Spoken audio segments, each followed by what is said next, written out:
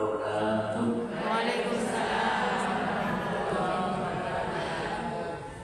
Alhamdulillahirabbil alamin. Wassalatu wassalamu ala asrofil anbiya'i wal mursalin nabiyyina wa habibina Muhammadin wa ala alihi wa ashabihi ajmain, amma ba'du. Ibu-ibu jamaah pengajian rutin Ahad sore dirahmati oleh Allah. Alhamdulillah, hari ini kita masih diberi nikmat banyak sekali oleh Allah. Di antara yang banyak itu adalah nikmat sehat. Dengan nikmat itu kita menggunakannya untuk sesuatu yang luar biasa baik. Datang ke majelis ilmu, bersilaturahmi dengan kanan kiri, semoga itu menjadi berkah untuk kita semua. Yang kedua, salawat serta salam semoga tercurah kepada junjungan kita Nabi Muhammad sallallahu alaihi wasallam. Ibu-ibu, selama berapa bulan kita nggak ketemu? Karena tidak jauh dari Syawal, mohon dimaafkan kesalahan saya. Semoga kita semua ibadahnya diterima oleh Allah Subhanahu wa ta'ala. Saya seminggu yang lalu itu mikir-mikir kira-kira materinya apa yang bisa secara rutin saya sampaikan, yang mungkin bisa kita ambil manfaat, karena yang isi di sini kan banyak, isi di sini banyak. Akhirnya saya lihat-lihat salah satu kajian yang kadang tidak ada di masjid-masjid itu adalah kajian tentang sirah nabawi. Itu yang saya perhatikan kok jarang-jarang yang menyampaikan. Akhirnya bismillah, meskipun saya sudah lama kan mengisi kajian tentang sirah, tapi bismillah, semoga nanti kita istiqomah ngaji sirah nabawi. Memang agak tantangannya agak banyak. Karena apa? Karena menurut para ahli, Nabi kita ini, Nabi Muhammad itu tokoh satu-satunya yang biografinya, kalau istilah umumnya kan biografi, itu banyak sekali. Misal kita punya tokoh-tokoh penting gitu ya, atau Pak Karno, itu paling biografinya nggak lebih dari 20 yang nulis. Tapi kalau Nabi Muhammad ini, sepanjang yang saya tahu, itu ratusan dan mungkin ribuan buku yang ditulis tentang beliau. Karena apa? Karena dalam Al-Quran surah Al-Ahzab ayat 21, Allah menyampaikan, laqad kana lakum fi rasulillahi uswatun hasanah. Allah membuat dua kata yang luar biasa. Kalau dalam ilmu bahasa Al-Qad itu, lamnya itu untuk mengungkapkan sesuatu yang benar-benar. Qadnya juga sama, untuk sesuatu yang benar-benar. Jadi memakai dua taukid, kata bahasa Arab, untuk menyampaikan sesuatu yang kaitannya dengan Nabi kita Muhammad. Sungguh-sungguh, berarti sungguhnya dua kali, telah ada di dalam diri Rasulullah itu uswatun hasanah untuk kita semua. Karena persoalan yang seperti itu, jadi banyak sekali tulisan-tulisan tentang beliau. Cuman masalahnya ada yang sangat memuji, ada yang sangat membenci, ada yang di tengah-tengah. Dan kita nanti mungkin akan sampaikan, karena kita semuanya orang Islam, kaitannya apa yang bisa kita ambil dari cerita atau sirah Nabi yang ini. Jadi berdasarkan itu ibu-ibu, maka tema sirah ini saya ambil sebagai mata kajian atau pengajian saya di masjid ini. Jadi mungkin nanti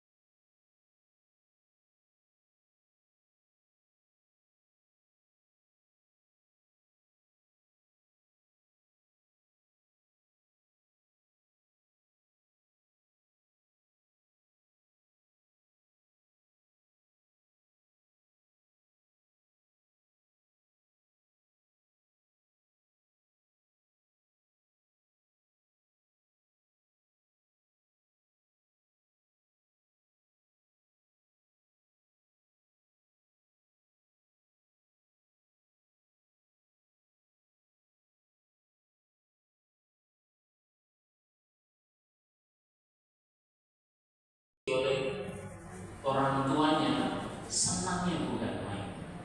Itu kan pujian sesama manusia. Nabi kita ini yang muji itu tidak hanya manusia, tapi langsung Allah Subhanahu wa Ta'ala. Sepanjang pengetahuan saya ada 3 ayat yang menyampaikan pujian Allah itu kepada Nabi. Yang pertama surat Al-Qalam ayat 4 yang bunyinya wa innaka la'ala khuluqin azim. Nabi Muhammad itu akhlaknya, kata Al-Quran, azim, tidak hanya baik tapi azim, agung. Contoh agungnya ini dalam banyak cerita sirah, hadis-hadis Nabi itu awal-awal menyebarkan agama Islam itu setiap kali lewat Ka'bah itu ada yang nyirami kotoran, ngelokno Nabi enggak ngamen kurang golek, kata orang Jawa. Tapi apa yang dibalas oleh Nabi? Tidak dilaleni. Kalau orang sekarang atau saya bu dilokno, api langsung panas. Balik. Itulah karakter manusia. Tapi Nabi tidak. Pujian Allah sesungguhnya Nabi itu akhlaknya agung, tidak omong kosong. Ini memang terjadi benar. Bahkan salah satu contoh yang sering saya sampaikan ketika membahas Nabi, saat Nabi di Madinah, tidak hanya di Mekah. Di Mekah yang benci kepada Nabi luar biasa banyak. Di Madinah ketika Nabi itu sudah menjadi kepala negara, kan ketika sudah Fathu Makkah, Nabi tetap tinggal di Madinah menjadi kepala negara. Yang mengelokno Nabi itu juga masih ada. Bayangkan, beliau kepala negara, Nabi dan Rasul. Yang ngelokno juga masih ada. Yang ngelokno siapa? Orang Yahudi, perempuan, buta, tua. Dilolong Muhammad itu tukang bohong, Muhammad itu tukang sihir, Muhammad itu membuat agama Yahudi berantakan. Itu katanya. Tapi apa yang dilakukan Nabi? Apakah di penjara?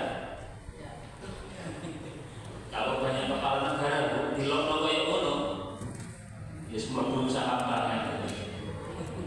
Tapi apa yang dilakukan oleh Nabi? Tiap pagi Nabi datangi orang itu, didulang kurma, Didulangnya tidak sekedar korma diilangi isinya didulangno dengan tangan, tidak. Korma itu dikunyah oleh Nabi. Setelah lembut baru didulangno nang Yahudi tua. Itu berlangsung setiap hari sampai Nabi wafat. Ono kira-kira sampai ini. Makanya gak salah Allah memuji Nabi, wa innaka la'ala khuluqin adzim. Akhlaknya Nabi bukan akhlak kaleng-kaleng, tapi akhlak yang agung. Bukti keagungannya salah satunya itu. Apakah masih ada bukti yang lain? Bauannya saking banyaknya gak iso diwadahi. Saking banyak. Pujian kedua dalam surat At-Taubah ayat 128. Qad ja'akum rasulun min anfusikum azizun 'alaihi ma anittum harisun 'alaikum bil mu'minina raufur rahim. Pujian artinya apa? Telah datang kepadamu seorang nabi dari kaummu sendiri. Azizun 'alaihi ma anittum. Kalau jenengan semua ini merasa sakit, Nabi lebih sakit. Itu artinya azizun 'alaihi ma anittum. Kalau umatnya merasa berat menghadapi hidup ini, Nabi lebih berat. Harisun 'alaikum. Nabi itu sangat sayang kepada kalian semua. Bil mu'minina raufur rahim. Dengan orang yang beriman lemah lembut lagi kasih sayang. Berapa pujiannya tadi? Hubungannya ini. Jenengan semua punya beban berat hidup, Nabi lebih berat lagi. Sangat berat. Sayang sekali kepada jenengan semua. Dengan orang beriman lemah lembut sekaligus sayangnya luar biasa. Contoh, ketika Nabi menghadapi maut, sakaratul maut, apa yang diucapkan oleh Nabi? Ummati, ummati, ummati. Ditanya sama Siti Aisyah karena beliau waktu itu saat meninggalnya berada di pangkuan Siti Aisyah. Saya berheran, kenapa kok dikasih Siti Aisyah? Padahal namanya Aisyah. Khadijah. Tapi orang Jawa itu untuk sesuatu yang beliau hormati di depannya dikasih Siti. Saya itu dulu nyari-nyari, mana Sitinya? Oh, tulisannya cuma Aisyah. Khadijah. Tidak ada Siti. Ternyata itu tradisinya orang Jawa. Kalau pada orang yang dihormati ditambahi depannya seberapa kansel para sekutu, dikepung dalam waktu yang sangat lama sampai persediaan makan itu habis nanti. Sehingga dalam salah satu cerita ada seorang sahabat menawarkan makan kepada Nabi, hanya kepada Nabi, karena melihat Nabi yang begitu terlihat payah. Kemudian bisi kepada Nabi, saya undang jenengan ke rumah saya untuk makan. Dilalah Nabi ngomong gitu, para sahabat, si fulan mengundang kita makan. Sahabat kok cukup dengan mau tidak apa-apa, ayo kita pulang. Bayangkan, beliau yang diundang, yang diingat semua sahabat yang waktu itu sedang berjaga-jaga. Di satu waktu, ketika dalam perang yang sama, itu kan sedang membersihkan parit itu kan kontak, kan harus harus menggali parit sepanjang sekitar 3 meter, kedalaman 1,5 meter atau lebih panjang dari itu. Ada satu batu yang para sahabat sudah gak kuat memecahkannya batu itu. Lalu manggil Nabi. Sahabat sebetulnya sudah gak tega manggil Nabi. Kata sahabat, Nabi itu lebih payah dari kita. Kenapa kita urusan gini aja nggak mampu manggil Nabi? Tapi sudah, kita nggak kuat lagi. Kita harus ngomong kepada Nabi. Pada akhirnya ngomonglah sahabat kepada Nabi, ada batu yang kita berat sekali memindahkan. Ya wis. Maka Nabi ngangkat palu dan tersingkap bajunya dan terlihat di perutnya ada 3 batu yang diganjelkan di perut. Ada sahabat yang diganjelkan, tapi Nabi 3 batu. Apa yang disampaikan oleh Nabi waktu itu? Biarlah sahabat dulu yang lebih dulu makan sebelum saya. Batunya lebih banyak yang diganjelkan daripada batunya sahabat. Sejak saat itu sahabat kapok dari Nabi. Kalau ada urusan yang berat-berat secara fisik, manggil Nabi. Karena Nabi jauh lebih berat, jauh lebih lapar daripada para sahabat. Ini bukti yang disampaikan oleh Allah. Harisun alaikum. Nabi itu jauh lebih sayang kepada kita daripada kepada yang lain. Yang ketiga, Ali Imran 1:5. Fabima rahmatin min rabbika linta lahum walau kunta faddan ghalidhal qalbi lam faddu min hawlik. Seandainya rahmat Allah itu tidak membersamai para nabi, maka nabi itu akan melakukan hal-hal yang di luar kemanusiaan. Contoh, nabi itu disukai oleh banyak orang. Karena apa? Karena Nabi itu lemah lembut kepada orang yang dia kenal. Karena rumus dari Allah, seandainya orang itu berkata kasar, orang itu akan buyar kabeh di sekitar. Itu yang disampaikan. Berarti apa yang dipujikan oleh Allah kepada Nabi? Nabi itu orang yang lemah lembut. Seandainya Nabi orang yang kasar, maka dakwah Nabi itu tidak akan diterima banyak orang. Fabima rahmatin min rabbika linta lahum. Nabi itu bisa lemah lembut seperti itu karena rahmat dari Allah Subhanahu wa taala. Kalau Nabi orang yang kasar, hatinya gampang dongkol, umatnya tidak akan menyayangi beliau seperti itu. Bahkan ketika kabar Nabi itu wafat didengar oleh Umar, apa Umar ngomong? Sopo sing ngomong Nabi wafat, rene yang panik atau saking sayangnya Umar. Kalau jenengan lihat film Umar yang biasanya di setel waktu Ramadan, jenengan lihat yang karakter Umar di film itu, orang yang keras, pendiriannya kokoh.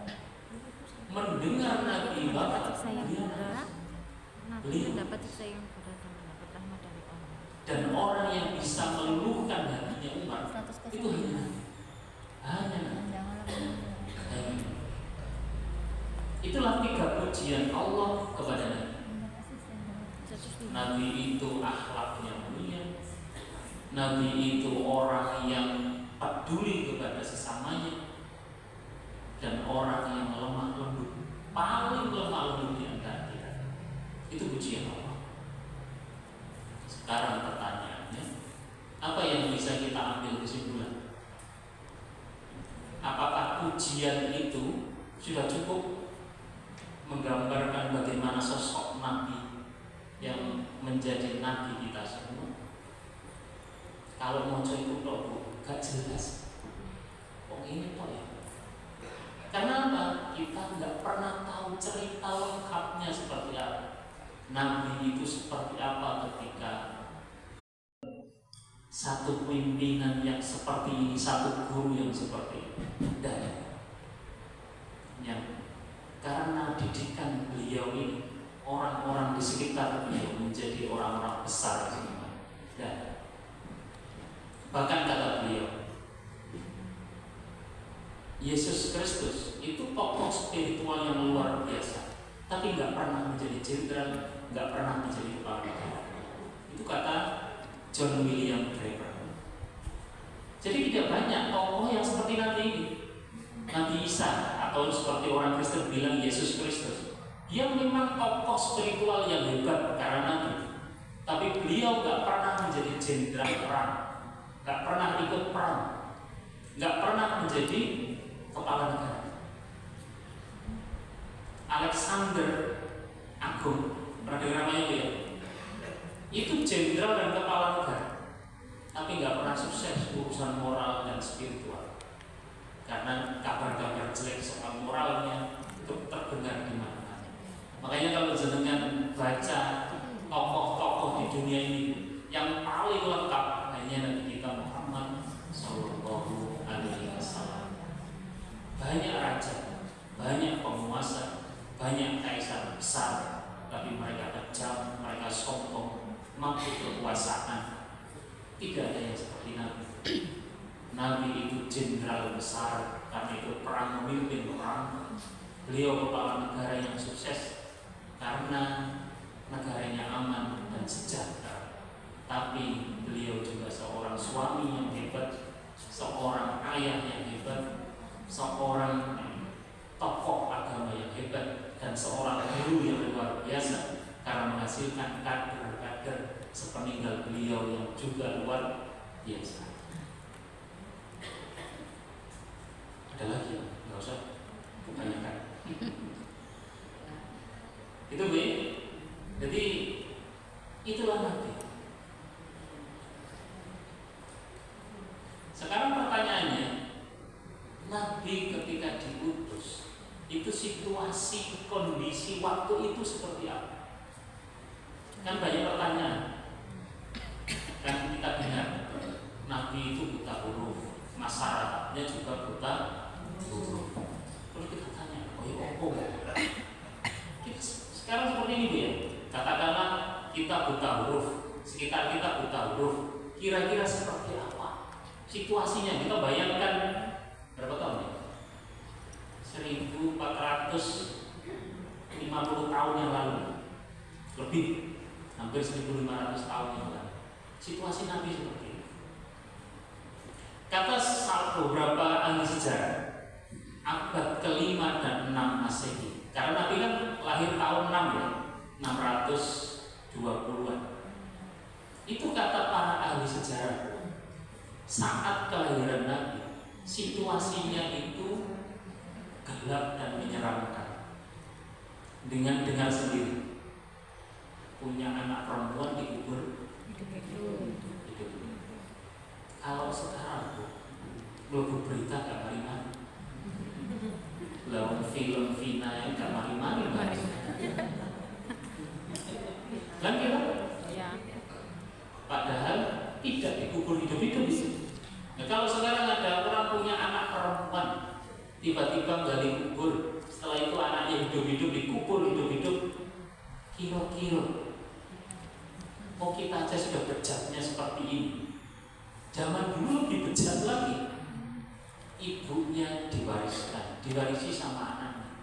Misalkan bapak ibu menikah, yang laki-laki meninggal, ini ibunya diwarisi oleh anaknya, dijadikan istri. Ada yang seperti itu sekarang? Ada. Kalau kita dengar berita-berita mertua dan menantunya selingkuh, mungkin ada. Tapi ini kan diwariskan dengan sengaja. Kalau selingkuh itu diam-diam. Lah ini kan terang-terangan. Makanya kata ahli, abad ke-5 dan ke-6 Masehi, saat tahun-tahun menjelang kelahiran Nabi, itu tahun-tahun yang gelap dan menyeramkan. Bukan karena mereka tidak punya PLN. Kalau kita punya PLN aja orang meninggal, kita nggak tahu tetangga kita juga ada. Ada orang bunuh anaknya juga masih ada. Ya itu kan sekarang. Lah bayangkan 1500 tahun yang lalu seperti itu. Memang ada agama, tapi agama itu melencengnya luar biasa. Kenapa nggak melenceng? Kan sejarahnya kan gitu. Di tempat itu Arab Saudi, apalagi Arab ya, kan Nabi Ibrahim punya berapa? Banyak. Yang terkenal dua, Nabi Ishak dan Nabi Ismail. Nabi Ishak itu menjadi leluhurnya Yahudi. Nabi Ismail menjadi leluhurnya Arab Saudi. Bayangkan, dibimbing oleh para nabi, silih berganti. Apa kata Al-Quran? Nabinya dibunuh. Sekarang siapa yang bunuh para kiai? Ada nggak?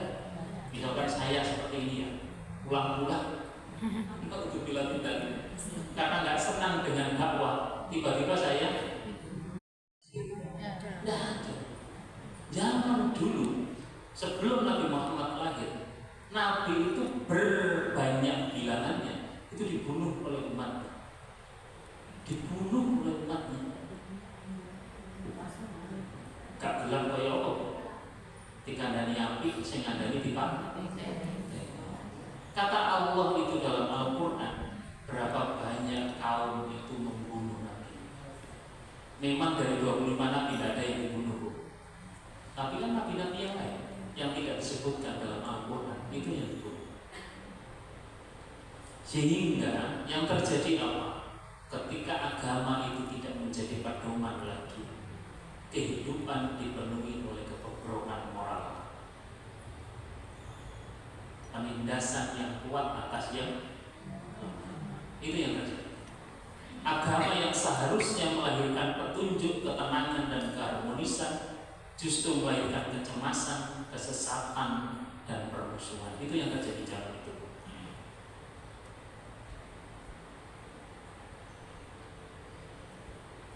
Itu yang terjadi. Sekarang saya bahas ada 4 situasi. Yang pertama, agama dan masyarakat Bani Israel. Karena Ibrahim punya 2 anaknya seperti yang saya sebutkan tadi, yaitu Ismail dan Ishak. Ismail leluhurnya bangsa Arab, Nabi Ishak leluhurnya orang Yahudi. Nabi Ishak punya anak namanya Nabi Yakub. Nabi Yakub punya berapa anak, Bu? 12, termasuk Nabi Yusuf itu kan. 12 anak itu kemudian berkembang kemana-mana. Nah, Yakub ini dijuluki Israel. Makanya anak cucu Nabi Yakub dinamakan Bani Israel. Saya nggak nyebut yang Israel yang sana, Bu ya. Belum nyampe ke situ. Nanti saya jelaskan, nanti kapan-kapan saya jelaskan. Jadi Israel itu julukan Nabi Yakub karena Nabi Yakub itu orang yang paling rutin ibadahnya, sehingga menjadi kekasih Allah. Kekasih Allah dalam bahasa waktu itu disebut Israel. Dia punya anak 12, anak cucunya banyak sekali, sehingga Nabi Yakub dijuluki, atau anak cucu Nabi Yakub dijuluki Bani Israel. Sampai sini tahu ya? Lah, Yahudi muncul dari apa? Yahudi itu salah satu anak keturunannya Nabi Yakub, Yuda namanya. Ketika orang Israel itu mendapatkan permusuhan dari banyak orang, karena di Mesir diusir, di sana diusir. Jadi memang dari dulu, Bu, Israel ini itu nggak pernah akur dengan orang lain. Karena apa? Dia itu merasa dia itu makhluk pilihan Allah. Ideologinya itu. Jadi dia itu manusia pilihan Tuhan. Orang lain bukan pilihan Tuhan. Jadi kalau bergaul dengan orang lain dia nggak cocok, pengennya menyendiri. Nah kalau dia punya kekuasaan, nindasnya luar biasa. Tapi ini gak duwe kekuasaan, DP-nya. Ceritanya kan gitu.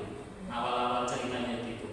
Makanya sering diusir ke sana, diusir ke sini. Makanya ada ide punya tanah di mana itu, yang sekarang dari Palestina itu ceritanya gitu. Dulu kan ketika zaman Hitler, orang Israel, orang Yahudi itu kan dibunuh tek-tek. Yang namanya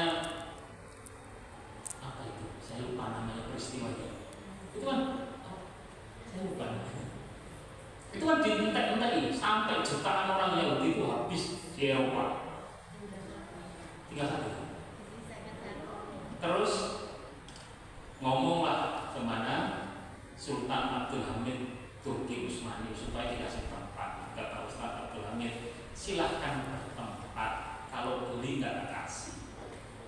Makanya orang Yahudi itu kalau dibawa kekuasaan Islam aman. Tapi kalau sama orang Nasrani itu kecoan. Jadi jangan salah kira, orang Yahudi kalau ketemu Nasrani kecoan. Tapi kalau ketemu orang Islam, Yahudi Nasrani bersatu. Tapi sesungguhnya di antara mereka kecoan. Ngerti kecoan ya? Musuh kan. Tapi dia menghadapi orang Islam, mereka bersatu. Karena apa? Musuhnya bersama orang Islam.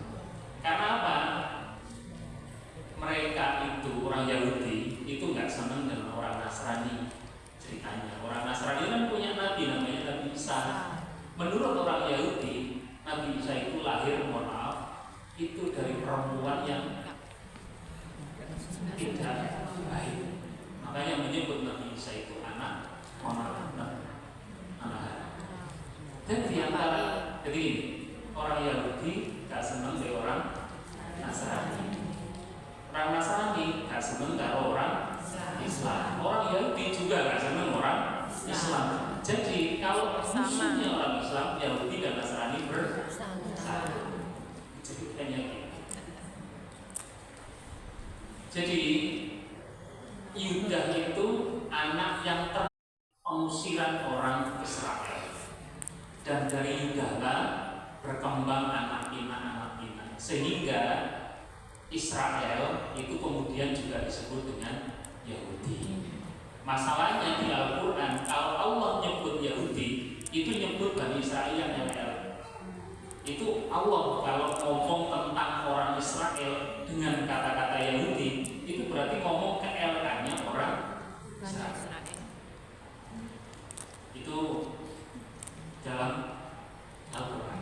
Makanya kata Allah, Al-Quran menggunakan kata Bani Israel dan Yahud untuk menuju keturunan Nabi Yakub itu. Makanya jangan bingung ya, kalau di Al-Quran ada Bani Israel, ada istilah Yahudi. Hanya saja kata Allah, kata Al-Yahud digunakan semuanya mengandung kecaman terhadap kelakuan buruk orang Bani Israel. Makanya kalau ngaji ketemu kata-kata Yahudi itu biasanya ada berita buruk terkait dengan kejelekan orang-orang Bani Israel. Itu pilihan kata yang dipakai oleh Allah berkaitan dengan Bani Israel. Sepeninggal ayah dan pemimpin, kan orang Yahudi dulu itu kan punya pemimpin yang luar biasa, Nabi Daud. Itu kan orang Yahudi, Bani Israel, anak cucunya Nabi Yakub. Ada juga Nabi Sulaiman, itu kan Bani Israel juga. Itu sejarah luar biasa sebetulnya.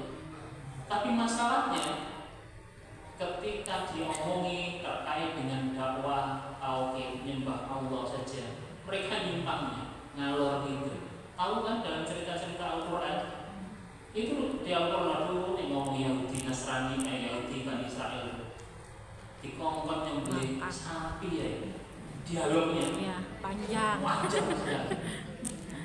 ya, panjang ini takok sapi ini kayak apa, warna kuning atau putih, takok mana wis tau digawe kerjaan sawah apa gak tahu. Luar biasa. Kata Allah di akhir ayat, nyaris mereka nggak mau nyembelih sapi itu. Padahal coba nih ngomong nyembelih sapi langsung disembelih, terus kalian ayo derek. Karena saking mereka takut, akhirnya sapi itu akhirnya derek. Coba sampai ditakut. Bu, hari ini korban yang nyembelih sapi apa pedus ya? Pedus yang piye Pak? Sing warnanya api Bu, kuning apa hijau kan? Kok dikai warna apa bingung sampai dari warna kuning juga. Nah itu orang Yahudi kayak. Jadi kalau kita belajar di Al-Quran nanti, makanya kalau di Al-Quran minimal di sampingnya ada terjemahan, minimal dulu ya, supaya ya kita baca Quran itu ada pahalanya Tapi seandainya dengan memahami isinya minimal dari terjemahannya, itu kan lumayan lagi kalau sampingnya ada tafsirnya. Jadi baca satu ayat sampingnya ada tafsirnya. Kalau ingin beli itu ada yang namanya tafsir muyassar. Tafsir muyassar itu nanti di marketplace ada. Ketik aja tafsir muyassar. Itu murah Bu, paling 150-an. Itu ada ayat sampingnya tafsir singkatnya. Daripada baca terjemahan kadang-kadang nggak ngerti Bu. Saya beli itu. Daripada saya buka terjemahan malah saya nggak ngerti. Kalau di situ kan ini ayat Al-Quran, baca satu ayat, sampingnya ada tafsirnya langsung. Tapi versi singkat. Kalau ingin yang versi lengkap, ya jangan beli tafsir yang ada itu. Tafsir Al-Azhar, tafsir Al-Misbah, atau Ibnu Katsir, atau Muhammadiyah itu punya tafsir At-Tahrir. Silakan. Tapi itu kan jangan tebel-tebel Pak. Tapi kalau muyassar itu kan ayat Quran, terjemahan, tafsirnya nggak banyak-banyak. Tapi insya Allah lebih mudah daripada baca terjemahan. Ini luar biasanya ya. Saya baca ini di bukunya Prof. Quraisyah. Saking rusaknya orang Bani Israel atau Yahudi waktu itu. Ini ada di kitab Perjanjian Lama menurut Prof. Quraisyah. Orang yang Bani Israel atau Yahudi ini itu menyembah dewa-dewa. Jadi yang asalnya menyembah Allah, tapi karena perubahan-perubahan akhirnya mereka menyembah dewa-dewa. Bahkan ada juga yang membuat atau menjadikan anak kandung mereka sebagai sesaji, dipersembahkan kepada dewa-dewa. Ada yang lebih rusak lagi, kata Prof. Quraisyah dalam buku beliau. Itu orang Yahudi itu punya istilah di Perjanjian Lama itu kedesot dan kedesit. Itu istilah untuk pelacur laki-laki dan pelacur perempuan. Itu mereka disuruh melacurkan diri, nanti sebagian hasilnya dimasukkan pada kas rumah ibadah. Itu saking rusaknya mereka. Ini mungkin berita baru, saya baca juga berita baru. Terus saya coba cek di Perjanjian Lama, memang ada itu. Di internet kan sudah ada itu ya Perjanjian Lama itu. Memang ada. Jadi itu rusaknya orang Bani Israel. Ada lagi kerusakannya. Orang Yahudi itu kan punya kitab namanya Taurat. Kalau Tauratnya 100% otentik, tidak ada masalah dengan Al-Quran. Tapi orang Yahudi ini Taurat itu sudah diganti macam-macam. Bahkan mereka itu juga punya kitab Talmud. Kitab Talmud itu ya omongannya para pemuka atau ahli agamanya orang Yahudi. Tapi Talmud juga gitu, digonta-ganti sesuai keinginan mereka. Makanya benar kata Allah, Taurat, Injil itu kalau sebagai nama kita percaya, sebagai nama, karena memang itu nama kitab yang diturunkan oleh Allah. Tapi kalau isinya sudah tidak ada yang benar menurut Allah. Karena apa? Kata Allah dalam Al-Quran, kedua kitab itu sudah mengalami perubahan yang luar biasa. Bahkan kitab Injil itu ditulis berapa tahun? 150 tahun setelah Nabi Isa makan diangkat oleh Allah. Siapa yang menjamin keasliannya? Makanya mereka itu menuduh Al-Quran kayak ngono, kayak Injil, kayak Taurat yang mengalami perubahan sepeninggal nabinya wafat. Tuduhan Al-Quran itu omongan Nabi itu kata Allah kan, Allah itu akan jaga Al-Quran. Lewat apa? Lewat ingatan. Nabi itu tiap tahun deres kan malaikat Jibril mengingat murojaah ingatan beliau terkait Al-Quran. Sahabat Nabi itu juga mengingat Al-Quran setiap hari. Makanya Al-Quran beda dengan Injil, beda dengan Taurat yang ditulis di lembaran-lembaran. Kalau Al-Quran itu hidup di ingatan. Memang Nabi itu buta huruf, tapi ingatannya luar biasa.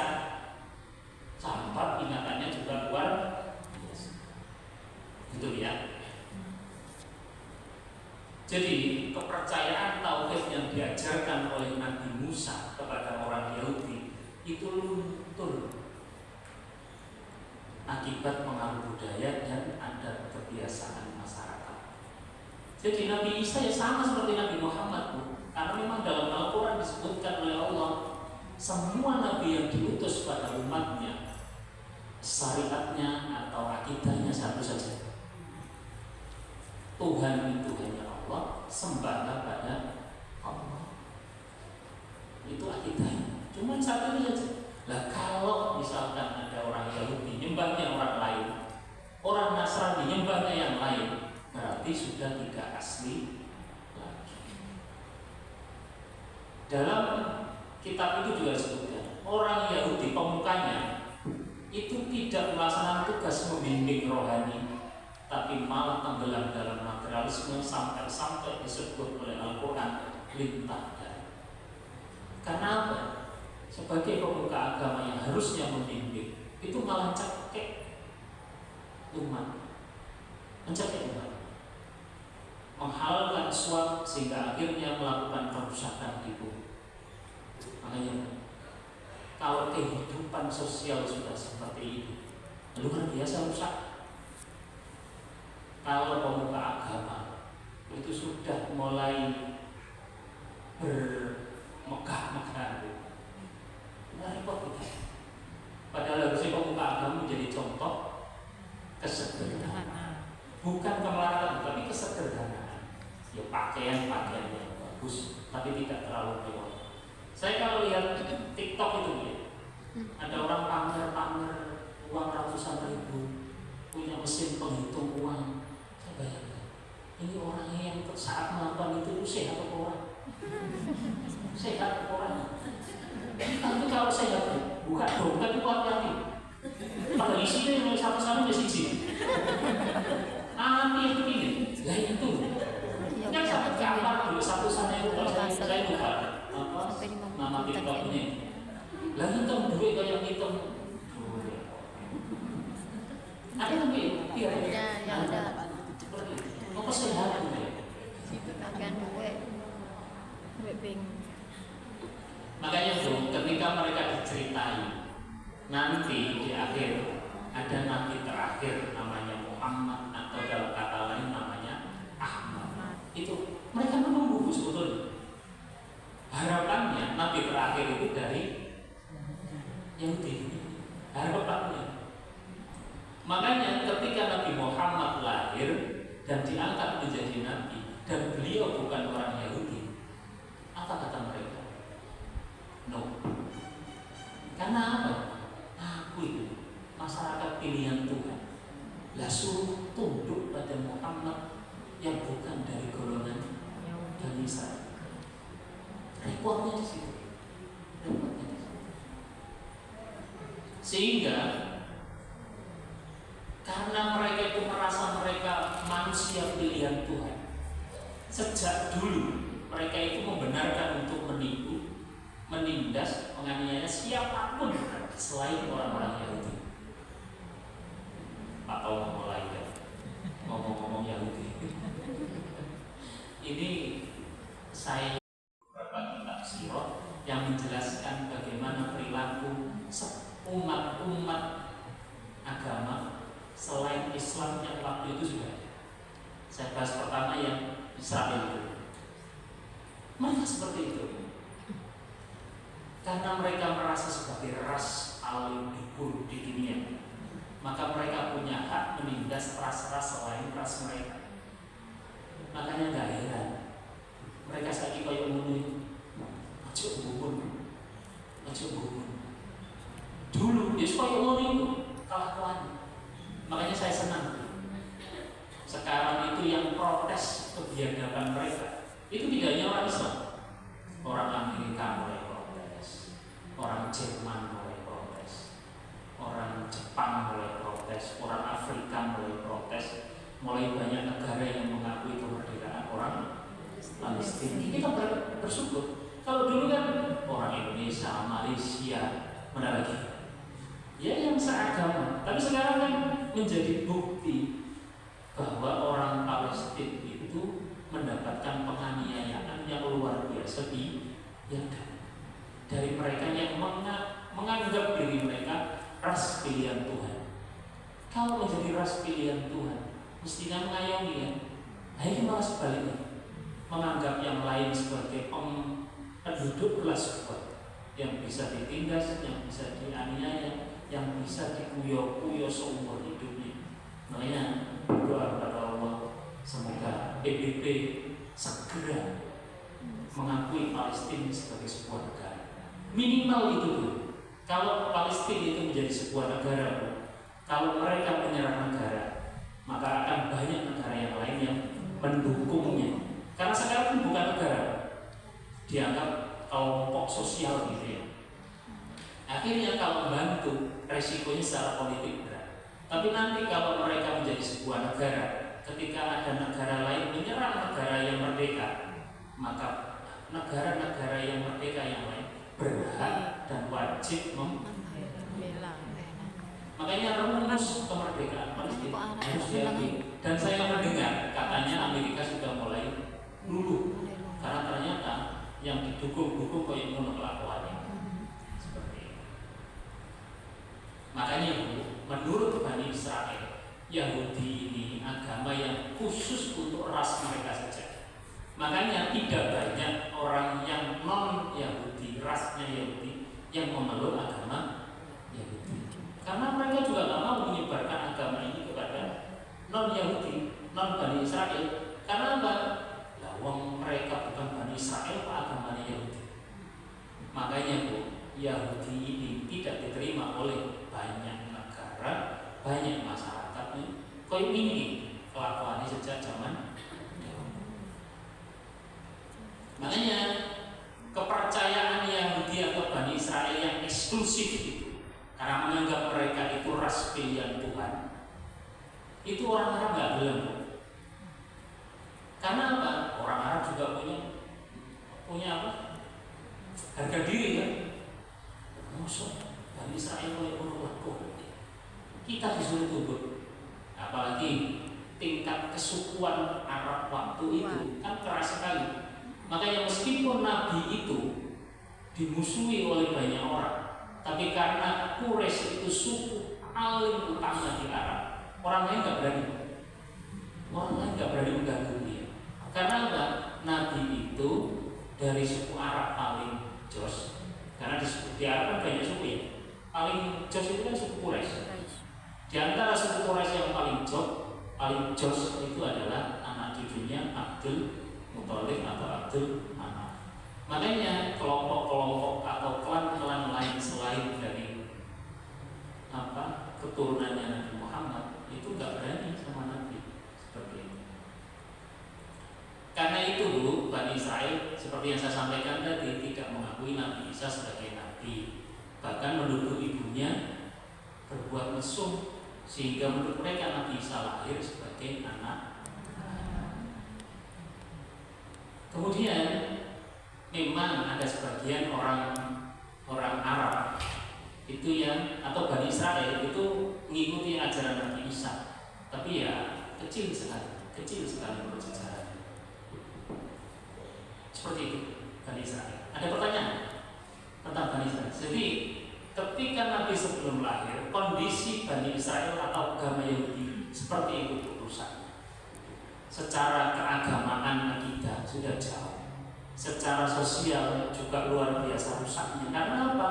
Karena mereka merasa ras paling tinggi, sehingga ras-ras lain atau suku-suku lain dianggap suku yang rendah, sehingga mereka berhak melakukan apa?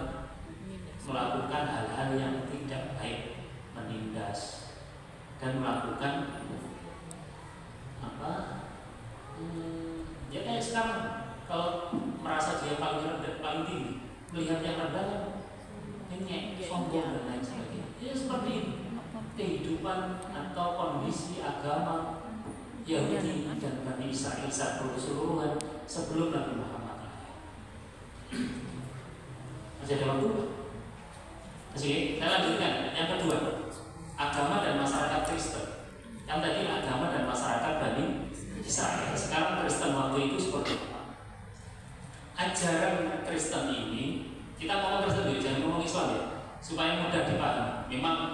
Allah, ajaran mulai Nabi Adam sampai Nabi Muhammad ya sama, tauhid kepada Allah, Islam namanya. Tapi yang kita menggunakan terminologi yang umum. Yahudi Nabi Musa, Kristen Nabi Isa. Jadi lebih mudah untuk dipahami saja. Ajaran yang dibawa oleh Nabi Isa itu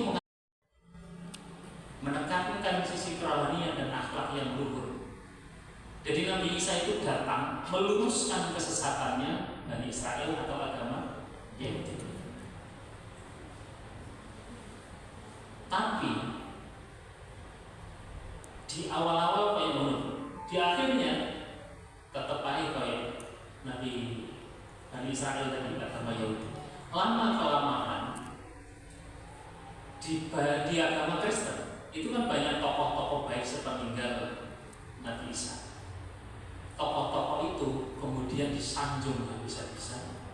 Kemudian umat berganti umat, tahun berganti tahun. Tokoh itu dibuatkan patung.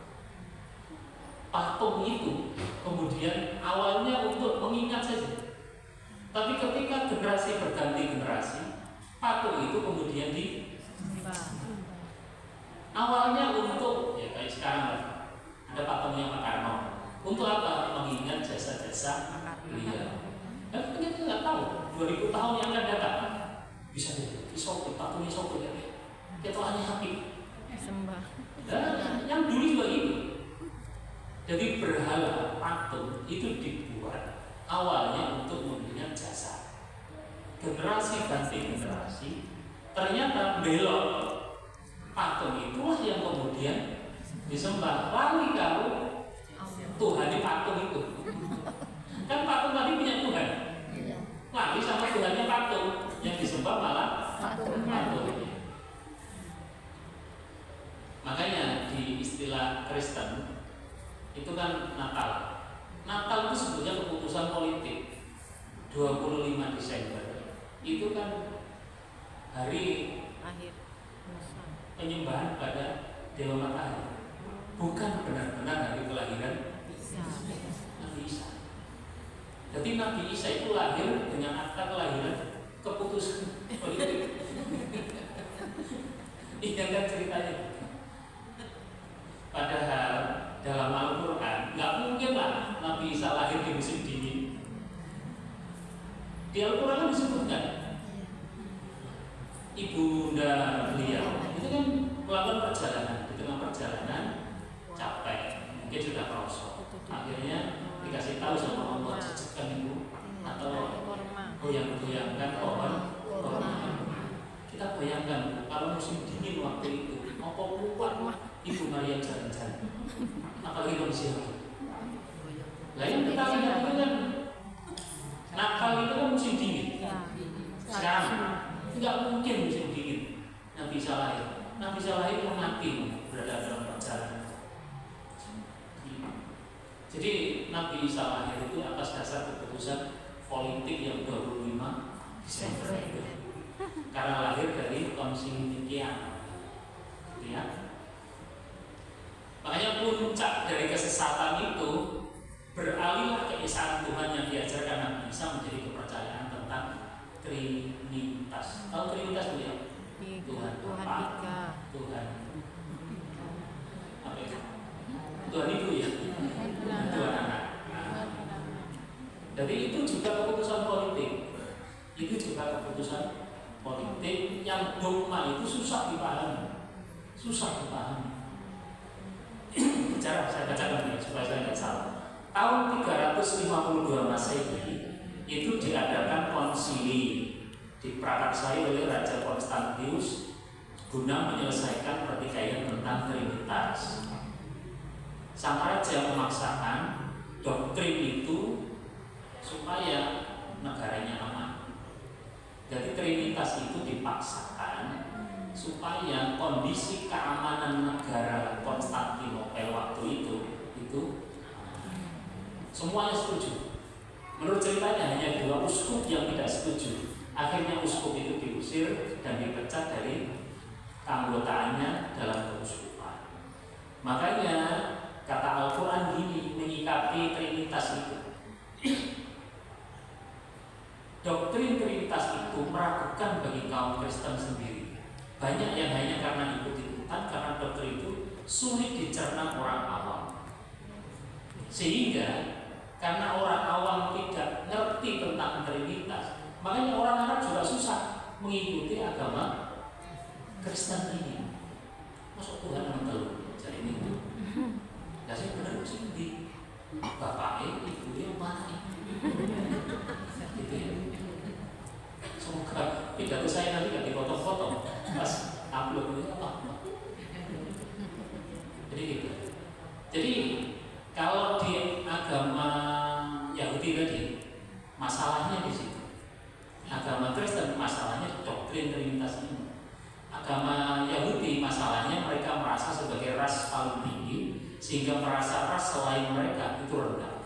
Kalau di Kristen yang paling masalah itu ya doktrin ini paling masalah, membingungkan. Makanya kata Al-Quran di antara mereka sendiri ada yang ragu, benar tak di Trinitas itu kata Al-Quran. Seperti itu. Makanya tapi ya, meskipun doktrinnya orang Islam dan orang Kristen itu jauh, tapi ketika mereka bergaul itu lebih enak daripada bergaul dengan orang Yahudi. Karena apa? Islam itu merasa mereka sama-sama setara dalam soal kemanusiaan, mereka setara. Tapi kalau dengan orang Yahudi kan merasa dirinya lebih tinggi tadi, makhluk pilihan Tuhan tadi. Makanya ketika orang Muslim itu hijrah ke Habasah, tahu ceritanya itu ya, diterima oleh Raja Habasah yang Kristen itu, disambut dengan hangat, tidak dimusuhi. Meskipun Raja Habasah tidak masuk Islam, tapi diterima dengan hangat. Terus saat terjadi perang Persia dan Romawi, Persia itu menyembah api, Romawi menyembah seorang Nasrani. Banyak sahabat itu sebelum Islam menjadi sebuah negara sendiri, itu banyak sahabat bugo-bugo Nasrani yang menang daripada Persia. Karena waktu itu kan ada dua imperium besar seperti sekarang ya. Kita di Indonesia, negara super powernya siapa? Amerika, Rusia dulu, sekarang Cina. Kalau dua orang itu perang, kira-kira kita doakan siapa yang menang? Cina.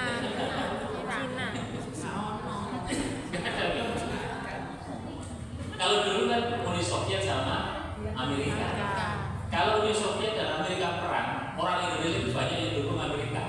Karena Uni Soviet kan nanti agama. Kalau Amerika memang agamanya Kristen, sering memusuhi. Tapi kalau dengan Islam ya nggak terlalu banyak daripada dengan yang komunis. Ya seperti itulah orang sahabat-sahabat zaman Nabi dulu juga gitu. Ketika Romawi dan Persia perang, mereka itu mugo-mugo Romawi menang. Kan makanya di Quran kan ada Gulibatur Rum, Fitin Isni.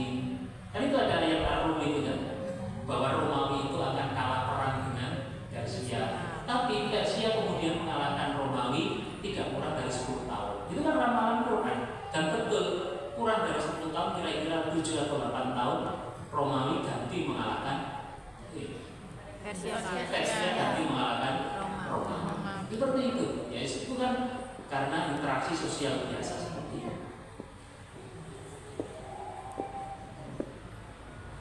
Tapi ya itu seperti Yahudi ya. Meskipun awalnya Nabi Isa mengajarkan keesaan Tuhan, tapi akhir-akhirnya meleset.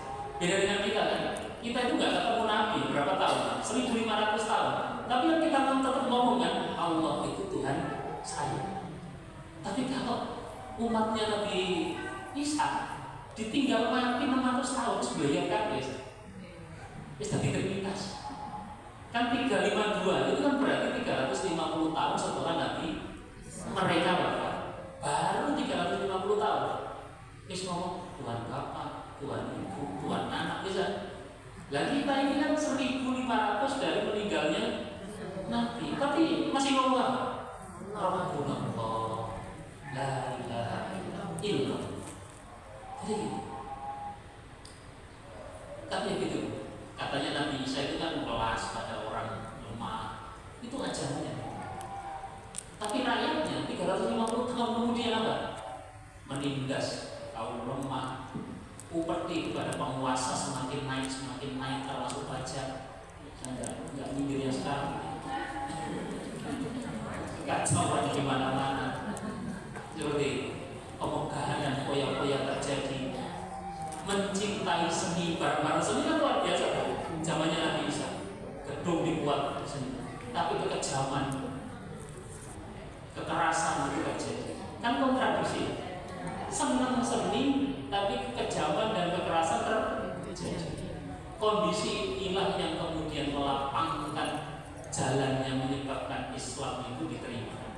Kondisi Yahudi yang kayak gitu, agama Yahudi, kondisi agama Kristen yang seperti itu melapangkan jalan Islam itu mudah diterima. Karena Islam apa? Menawarkan kebalikan dari yang terjadi saat itu. Itu ya.